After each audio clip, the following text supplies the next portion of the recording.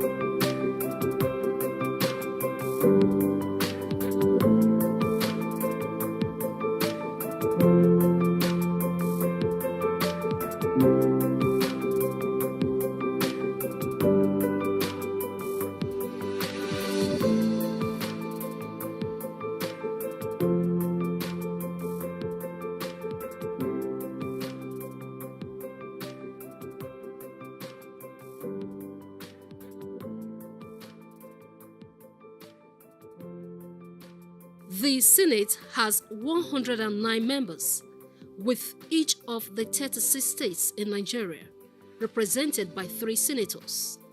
The House of Representatives, on the other hand, has 360 members, with each state represented by a number of representatives proportional to its population. Together, these two chambers work in harmony to make laws, oversee the executive arm of government, and represent the interests of the Nigerian people. Despite their differences, both chambers are essential to the legislative process, and their complementary roles ensure that the voices of all Nigerians are heard. After 24 years of uninterrupted democracy in the Federal Republic of Nigeria, history was made on the 13th of June 2023 when the 10th Assembly was inaugurated. I bear true allegiance to the Federal Republic of Nigeria. To the Federal Republic of Nigeria. And that I will preserve. And that I will preserve. Protect. And defend. The Constitution of the Federal Republic of Nigeria. The Constitution of the Federal Republic of Nigeria. So help me God. So help me God. The Federal Republic of Nigeria. To the Federal Republic of Nigeria. That as the Speaker of the House of Representatives. That as the Speaker of the House of Representatives. I will perform my functions. I will perform my functions. Honestly. To the best of my ability. To the best of my ability. From day one, the 10th National Assembly left no one in doubt about their preparedness and determination to walk the talk. The President of the Senate, distinguished Senator Godswill Obot Akpabio, perhaps set the pace for the 10th Assembly during his inaugural speech. I will continue to be one amongst you, and I'll work with you, for you, beside you. I'll be a Senate President that will stand for all. What has happened today is historic. This is the first time in the Nigerian Senate that you have 8 political parties seated in one chamber. What that means is that as soon as you pass through the door to enter these red chambers, you become a senator of the Federal Republic of Nigeria and no longer of your political party, and I will treat you so. The Speaker of the House of Representatives, Right Honorable Tajuddin Abbas, promised a good working relationship with members across the aisles. It's about honoring the trust that has been placed on us and working tirelessly to deliver on our promises of good governance and effective representation. It is worthy to note that speakership campaign witnessed in the past few months was democracy at play. But today, all of that has come to pass, and it is time to forge ahead and work together for our people for their uncommon good. I do not take this mandate bestowed on me as a Nigerian speaker for granted. I want to assure you today that I shall be just and fair to every one of you, irrespective of perceived differences. I shall operate a house that you will be proud of. We will champion legislations that will uplift the lives of our fellow citizens, promote social justice, and drive sustainable development. Shortly after the elections, the President of the Senate, Senator Godswill Obot Akpabio, and the Deputy Senate President, Senator Jibrin Barau, announced the principal officers.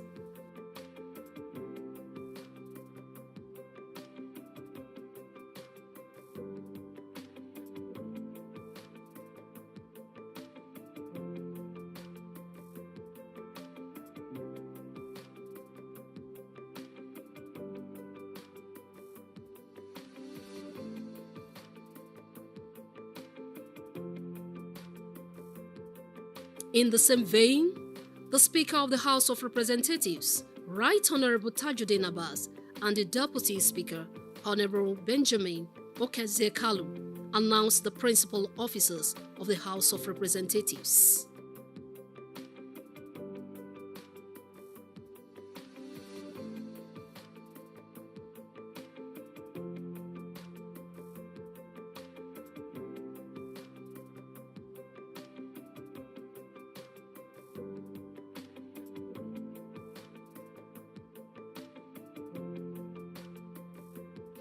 One year later, we reflect on the journey so far, the achievements and challenges overcome. Let me start by commending you for this bold initiative of sponsoring this all-important bill for the National Assembly Budget and Research Office.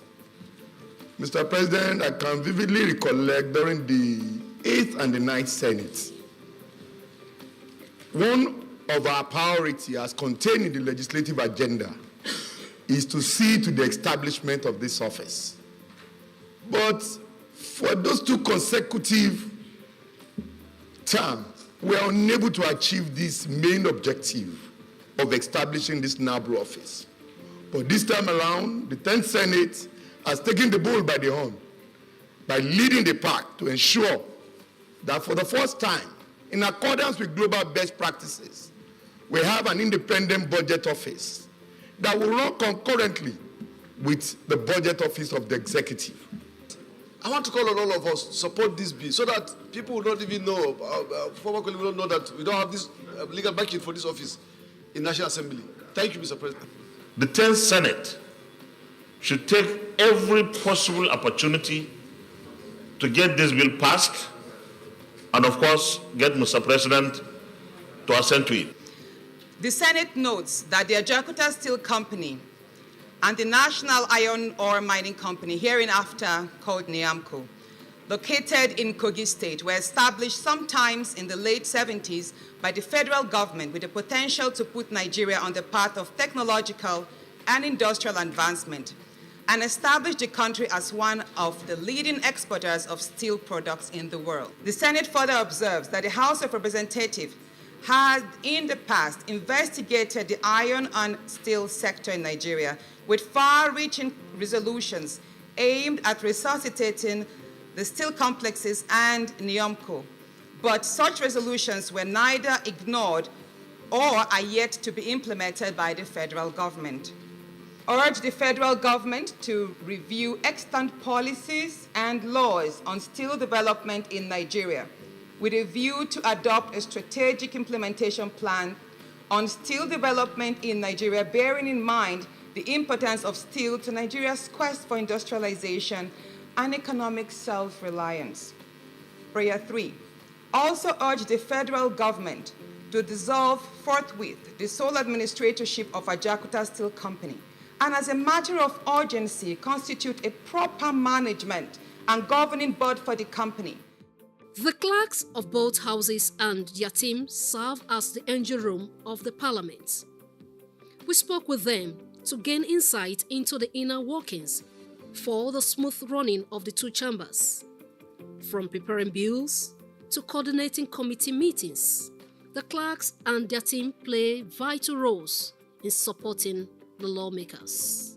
Since 1999, when this present democratic dispensation, which clocked 25 years on May 29, 2024, took off.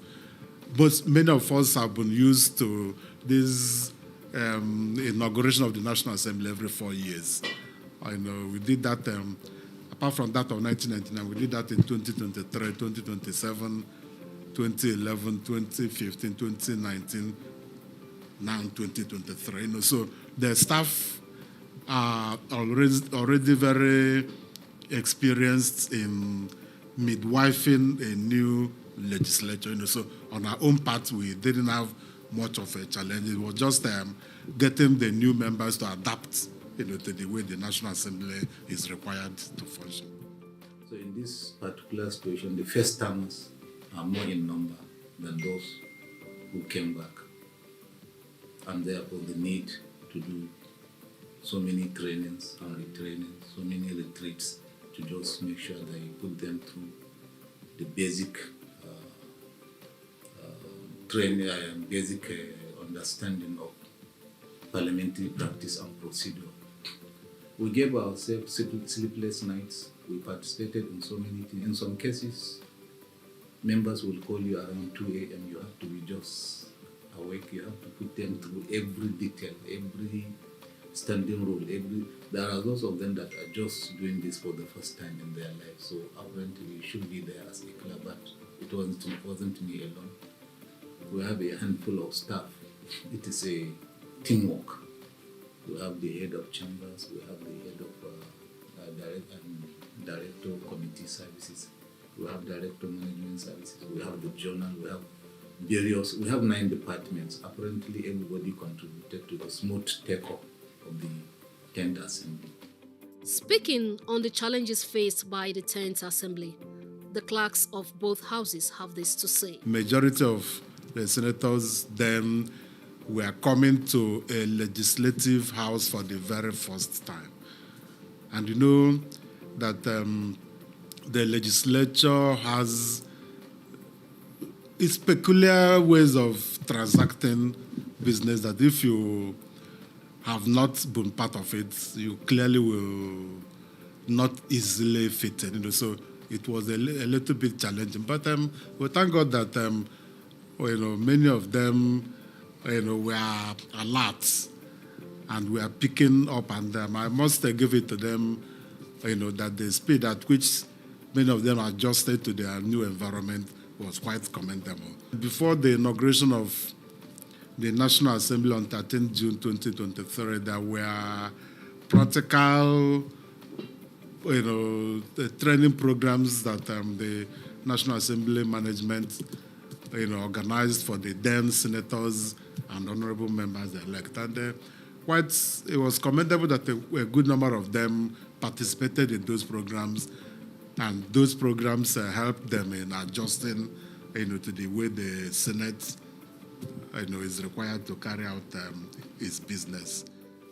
In our own case, it is so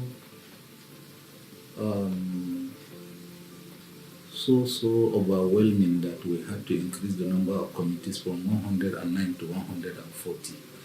On a given day, I used to receive like 10 motions of public importance, urgent public importance.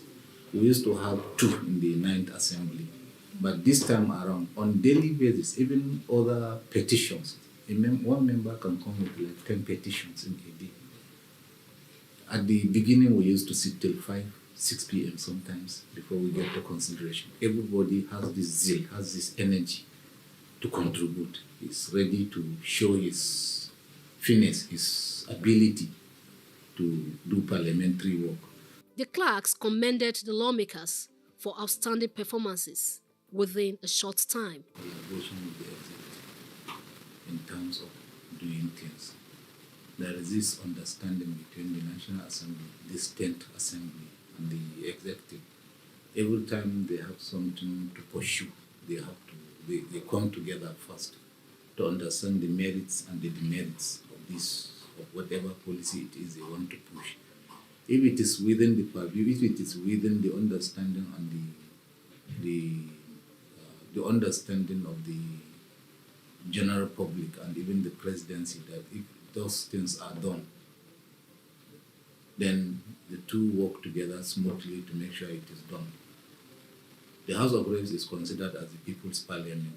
So whatever they do is usually at least 90% in the interest of the public. If you look at the current issue of a minimum wage, you see that it will look as if National Assembly is on the part of the government and at the same time on the part of the people. They are even praying for more.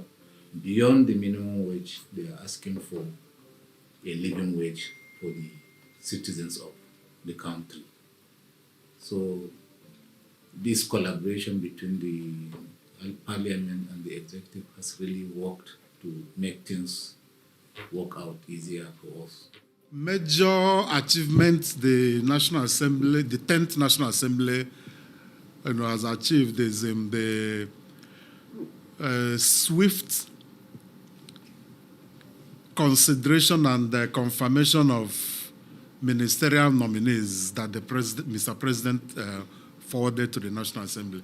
You will recall that the National Assembly was supposed to proceed on its annual vacation about that period, when Mr. President forwarded the list of ministerial nominees. But the National Assembly had to forego proceeding on its annual vacation in order to conduct the screening of the ministerial nominees, which lasted for almost 2 weeks. And they were able to clear the entire 46 or thereabout nominees that Mr. President forwarded to the National Assembly. So to me, that was a significant achievement and a major sacrifice that the members had to make, because usually the date of the annual vacation is usually known. So many members of the National Assembly had already booked, those who wanted to travel outside the country had already booked their flights and made travel arrangements. But they had to shelve all those. There were sometimes that the National Assembly held sittings on a Friday and on a Saturday in order to be able to meet up with that crucial national assignment. We increased the number of matters of urgent public importance to 3 instead of the former 2 because of their zeal to want to present it. Then the motions, sometimes they are countless because one member coming with 10 and you don't know the rest what they will have.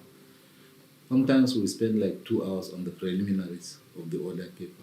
So actually, this set of members are very, very intelligent and they are ready to work. So across the country, we have the likes of Amotekun, we have Neighborhood Watch, we have Ebubeagu in the southeast. What we're trying to do and what this bill seeks to do is to streamline those activities in such a way that those organizations do not fall on the other side of the law. We don't need a soothsayer to tell us that it's timely and appropriate for us to have a state policy. The state government must embark on establishment of what we call civilian JTF to augment the effort of our Nigerian military and other agents of coercion in the operations in the Northeast. Because this is not the first time that this attempt is made. It's like we have always loved inflicting pains on ourselves.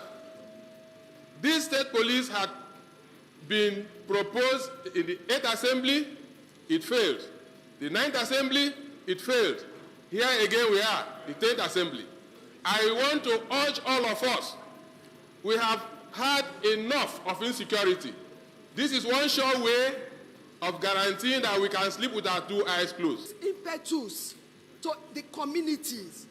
You are so conscious that you have security. What we are talking about now is the legal support so that they can arm themselves openly. That is what we are talking about.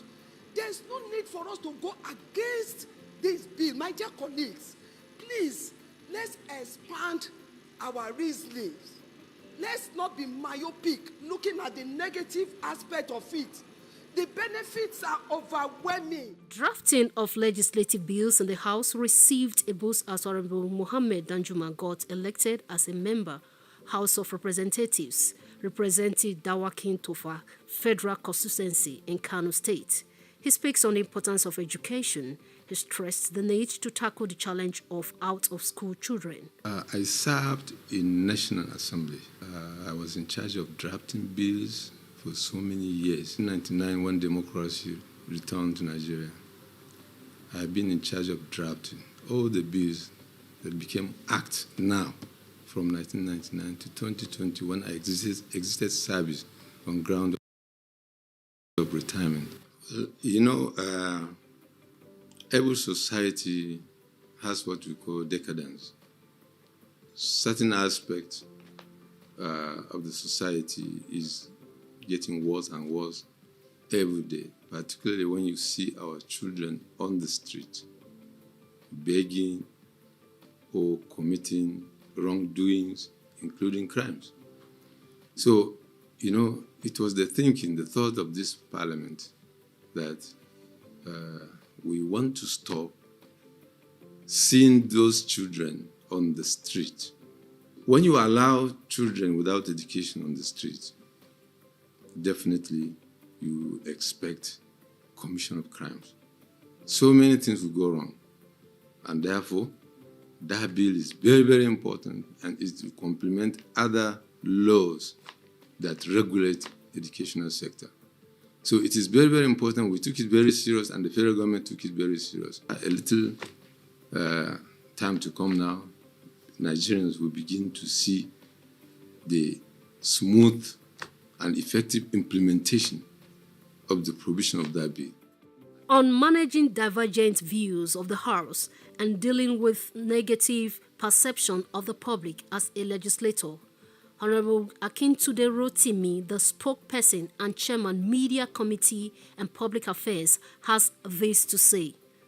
We have 8 political parties represented here, and you have many new members, approximately 75% new members.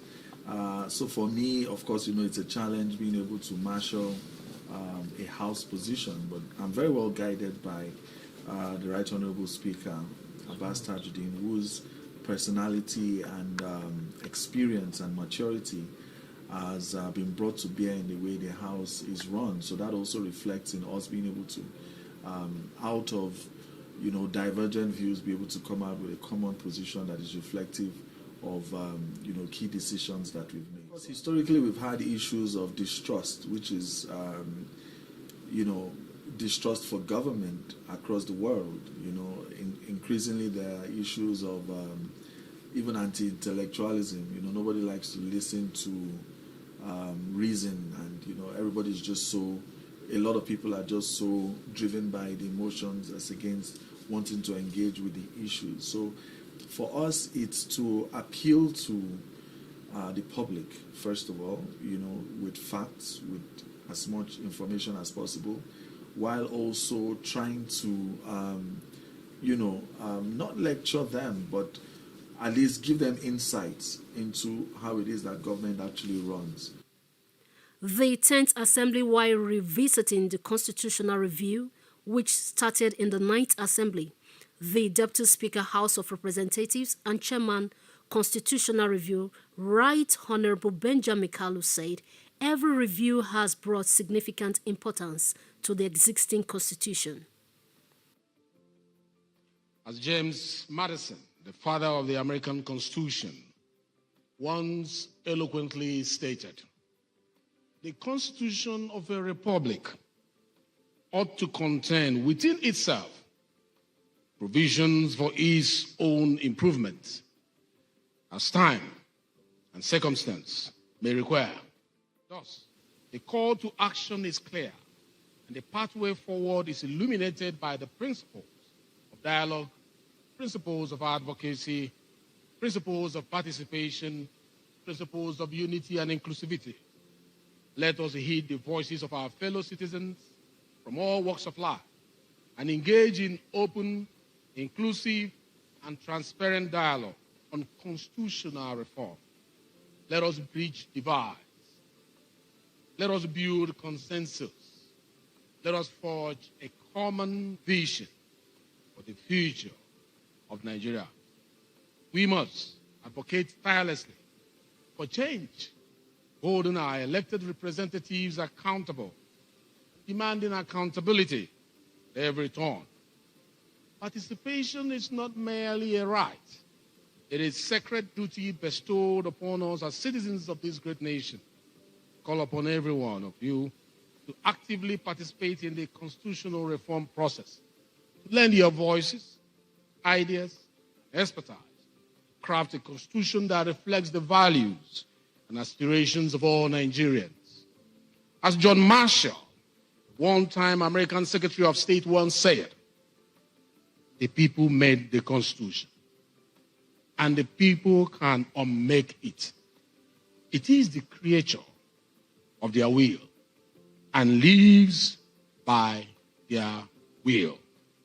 A Constitution Review Committee of the 10th National Assembly stands ready to embrace the challenges and the opportunities that lie ahead, leveraging the power of technology, social media, inclusive engagement. We will ensure that every voice is heard, every perspective is considered. Honorable Kingsley Chinda spoke on Cybersecurity Crime Act, which was grossly misunderstood by the public. An example is the Cybercrime Act that we talked about. The National Assembly passed that act, and there is no need pretending. A lot of members were worried that we passed a bad law, but it is not a bad law. It is lack of understanding. And that's why we keep saying that sometimes you don't shy away from what you think is the truth and reality. The Act protects the Nigerian people. By Section 14, primary purpose of government is security of lives and property of Nigerians. And today, crime is moving from the kinetic, the physical. Major crimes are committed in the airspace. Cybercrime is everywhere. And it's easy for cybercrime to collapse a country much, much faster than the physical crime. And so that law is to provide that particular section that is causing all the brouhaha is an attempt to fund the enhancement and protection of cyberspace in Nigeria. And what we did was to ask that those who also benefit from cyberspace, some persons are doing business in cyberspace, making profit in cyberspace, not you and I, not the ordinary Nigerian. As they make those profits, as they do their business in cyberspace, they pay a little token of 0.005 to the government to enable the government have more fund to protect the Nigerian cyberspace. So those that are supposed to be taxed are clearly stated in the law, not Nigerians, not the ordinary Nigerians. Honorable Mutar Shagaya, one of the youngest and vibrant members of the House, speaks on the enabling environment working across the aisle. Let me commend the Right Honourable Speaker, Right Honourable Tajuddin Abbas, for ensuring that the 10th Assembly has been a harmonious House, and particularly around the areas of intergenerational solidarity. As you can see, I'm youth, I'm under 35, and a lot of my colleagues are above 35, and yet we're able to align our thoughts and visions and come to resolutions for the betterment of Nigerians. On the performance of the 10th Assembly, distinguished Senator Ireti Kengigbe commended the Assembly with the belief that there are areas that could be improved on. Most of the committees I belong to, I think we're doing a good job. But obviously there are some where I feel a lot more can be done. Other things like, okay, as you said, I'm a new senator. I've only promoted 1 or 2 bills, but I'm hoping to do more, especially with bills that are directly related to the Federal Capital Territory and no other place. Federal Capital Territory is a microcosm of Nigeria. Every tribe is represented here. And obviously, my speaking the 3 major languages fluently has been an asset, and it's helped immensely in terms of being able to relate to the people. FCT as it stands, we don't really have a problem with unity. I would personally want in the schools for it to be mandatory, and not just in FCT schools, but maybe schools around the nation, for every child to learn a language other than his or her own. Things like that help to foster unity. We are a little bit on the right track, but we can always do better. There's nothing that cannot be improved on, and the 10th Assembly can be improved on. The Senate spokesman, Senator Yemi Adaramodu, urged Nigerians to have faith in this present administration, adding that constructive advice to the federal government will help in reshaping the economy. He promised Nigerians that the best is yet to come in constitutional matters. We want to urge Nigerians to have a very fervent belief in Nigeria and faith in Nigeria that, yes, there might be times that are challenging. Yes, economically, when a journey of 1,000 kilometers starts with a step, then it means that that person is making efforts to get to the destination. So the federal government has already taken a step, and then Nigerians should watch and then be calm, and then at times give very constructive advices, suggests to government, suggests to those of us that are in the National Assembly, either through our constituency offices or even as a group, to come to the National Assembly, ask questions, then tell us what they feel and what they want us to do. But I'm just assuring that Nigerians will get the best bargain from this 10th National Assembly, because very soon we will be out there to rejig the electoral law. Very soon we'll be out there to rejig the constitution. And then by that time, so we want all Nigerians to come out and participate. We want the states to participate, we want the local government to participate, we want individuals to participate, we want the CSOs to participate, we want NGOs to participate, so that even the media especially to participate, so that we can have a robust constitution that we will not need to tamper with every session. We spoke with some stakeholders. Adamu Fika, former clerk to the National Assembly and Chairman National Assembly Commission, an elder statesman, commended the works of the 10th National Assembly so far. People of goodwill agree that they have so far, throughout their first legislative year, done an excellent job. They extended the arms of cooperation to the President and the Executive. They passed many bills into law, and they have always displayed the patriotism expected of them in whatever they did. As a result, the plans or programs of the President and his government are unfolding in a positive way and giving Nigerians every confidence that in the not too distant future, this country will become very robust, very industrious, very productive, very progressive, and will join the league of those countries rapidly developing, and therefore transforming the lives of our people for the better.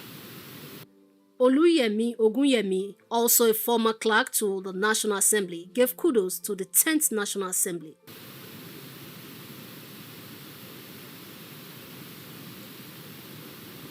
I have been following the activities in this area, and they have shown that they know what they are doing, and they are trying to go about alteration of the Constitution as specifically prescribed in the Constitution itself, in a constitutional, legal, and civilized manner. If they continue the way they are going, in the next 4 years, by the time they are completing the end of their term, we will definitely see a lot of transformation in the lives of Nigerians. He observed and commended them for establishing the National Assembly Pension Board. A board has been created by a law of National Assembly to manage the pensions of retired staff of National Assembly. The provision for the constitution of that board is being followed. During the Open Week program organized by the House of Representatives, the National Assembly Clerk, Magaji Tambuwa, advised the legislators to run an open and all-inclusive legislation. Let me salute your courage and commitment to deepening democracy and fostering inclusivity in our beloved country. Together, let us work towards building a Nigeria that is just, equitable, and prosperous for all. May this effort lead to a more participatory democracy where every citizen has a sense of belonging, equal opportunities to thrive. I fervently hope your legislative decision and action will yield a lasting and impactful result that uplift and transform our nation and people. As a legislative bureaucracy, we shall continue to facilitate the lawmaking process with our support services.